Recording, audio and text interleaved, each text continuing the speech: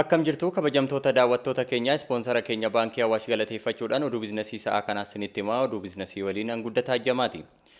Jilli ministeera daldalaa fi industirii obbo Malaakoo Allabaliin durfamu mandara industirii Huwaajeen daawwateera. Kaampaaniin Huwaajeen Itoophiyaaf sharafa alaa doolaara miiliyoona 200 kan argamsiise fi lammiilee 7,500 carraa hojii kan uume ta'uun himameera. Dargaggoota 540 ta'anii birrii miiliyoona 43 baasuun gara Chaayinaatti erguun kan leenjisise ta'uunis ibsameera. Paarkiin industirii kun ijaarsi isaa xumuramee guutummaan guututti hojiitti wayita galu guyyaatti kophee cimdii 35,000 oomishuu danda'a jedhameera. Namoota 50,000fis carraa hojii akka uumuu ibsamee jira. Wayita ammaa guyyaatti kophee cimdii 15,000 oomishaa akka jiru kan ibsame yoo ta'u, oomishaaleen Huwaajeenis Ameerikaa fi Awurooppaatti ergamu jedhameera. Odeeffannicha ministeera daldalaa fi industirii irraa arganne.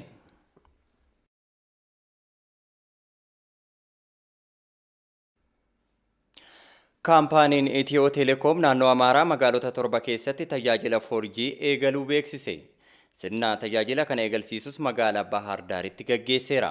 Hojii gaggeessituun Itiyoo Telekoom Fireewoot Taamiruu magaalonni kaaba dhiyaa kanneen akka Bahar Daar, Dabra Maarqos, Daangilaa, Injibaaraa, Buree, Finoote Salaamii fi Chaagniin tajaajila kana ni argatu jedhaniiru.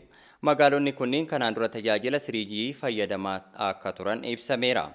Wiirtuuwwan naannichatti argaman 526 keessaa wiirtuun 74 tajaajila 4G LTE Advanced akka fayyadaman himameera.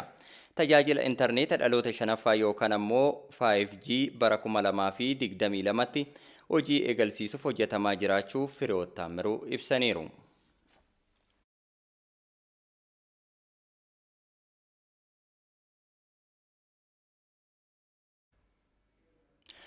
Tarkaanfii mootummaan qaala'insa gatii fi hanqina dhiyeessii simintoo mudatee ture furuuf fudhateen yeroo ammaa tasgabbiin gabaa uumamuu fi kanneen galiin isaanii damicha irratti hundaa'uun rakkoof saaxilamanii turan amma fooyyeen jiraa jedhan.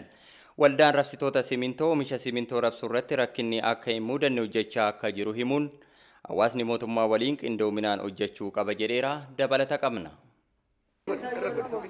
Barataan Ayyaasha Baadir bulchiinsa magaalaa Sabbataatti mana barnootaa Waatoo jedhamutti kutaa 12ffaa barata.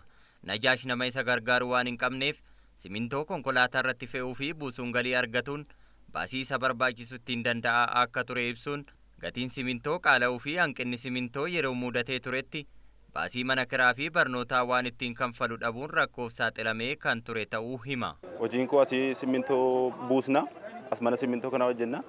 Asuma irraa hojjeta, asumaan of barsiisaan, asuma mana barumsaa Waatoo sadarkaa lammaffaas Waatoo barataa jira. Marga simintoon gatiin isaas gadi bu'eeti. Simintoon haala gaariidhaan waan galaa jiru. Gatiin isaas gadi bu'uusaan waan gurguramaa jiruuf kan keenya immoo gatiin keenya baay'ee ol luukee haala gaariidhaan deemaa jira. Simintoon marga gadi bu'eeti.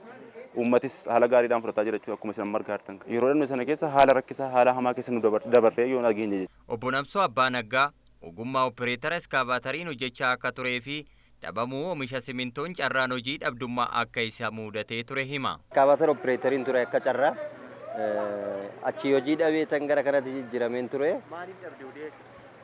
Hojiin baay'ee simintoon waan waddadeef maashiniin hojii dhaabbate jechuudha.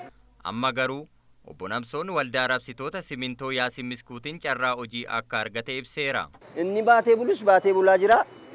Shofeeronnis immoo baay'een isaanii shofeeronni kunoo kanatti ilaaltu kuni asitti dhiyaatanii kunoo fe'achaa oolaa jiru. Eega simintoo mootummaan nu dhiyeesse. Warri baatan bichaan namoonni 26tu baatanii bulaa jiru. Nu warri asitti ammoo makiinaa dhiyeessinu kun immoo gara namoota 5 jira nus hojjannee ijoollee keenya daabboo fudhannee galaa jirra. Kan tokko 500 kenne kan tokko 50 dhowwatu. Ummaan warra seeraan ala warra armaataa bukeessee bulu akka hin nyaanne godhaa jiru. Deebee warra duydatti baatee bulu akka hin baanne godhaa jiru. Warra daldala seeraan ala kun waa'ee siyaasaa osoo hin ta'in waa'ee biddeenaati. Yoo xiqqate uummanni 100 kan armaataa bukeessee bulu jira. Tarkaanfii seeraatti itti dhiyeessuu qaba ammallee. Obbo Abaadir Ahimad walitti qabaa waldaa rabsitoota simintoo Yaasin Miskuu yoo ta'an waldaan isaanii namoota simintoo barbaadaniif walqixa kuntaala 10 kuntaala tokko birrii 400 fi 17 gurguraa jira jedhaniiru. Waldaan isaanis namootaaf carraa hojii uumeera jedhan. Uummata kanaaf gabaatas gabbaadhaan fudhataa jiraachaa uummati kun. Ergi uummati kun isa bitatu duukaa hojii dhabaa nama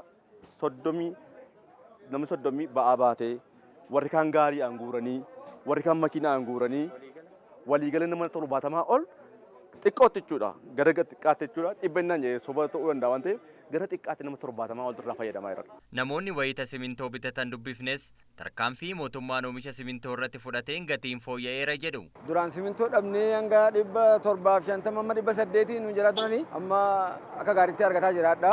Birii 400 fi 17 bitaa jiraadha. Obbo Toofiq Kadir dura taa'aa yeroo rabsitoota simintoo Oromiyaa yoo ta'an tarkaanfii mootummaan federaalaa fi naannoo Oromiyaa gatii simintoo sirreessuuf fudhataniin bu'aan argamaa jira jedhan.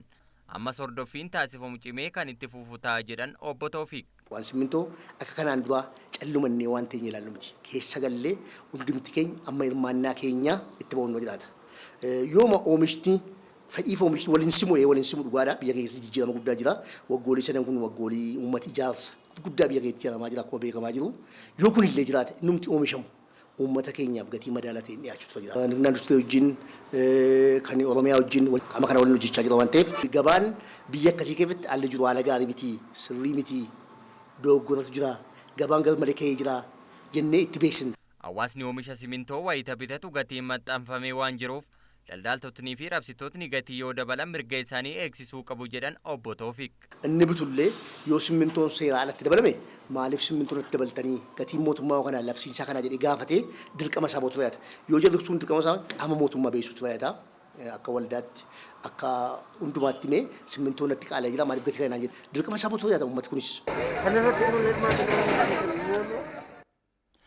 Kabajamoo daawwattoota keenya odeeffannoo biizinasii maddeen alaatii argannetti wayita dabarru.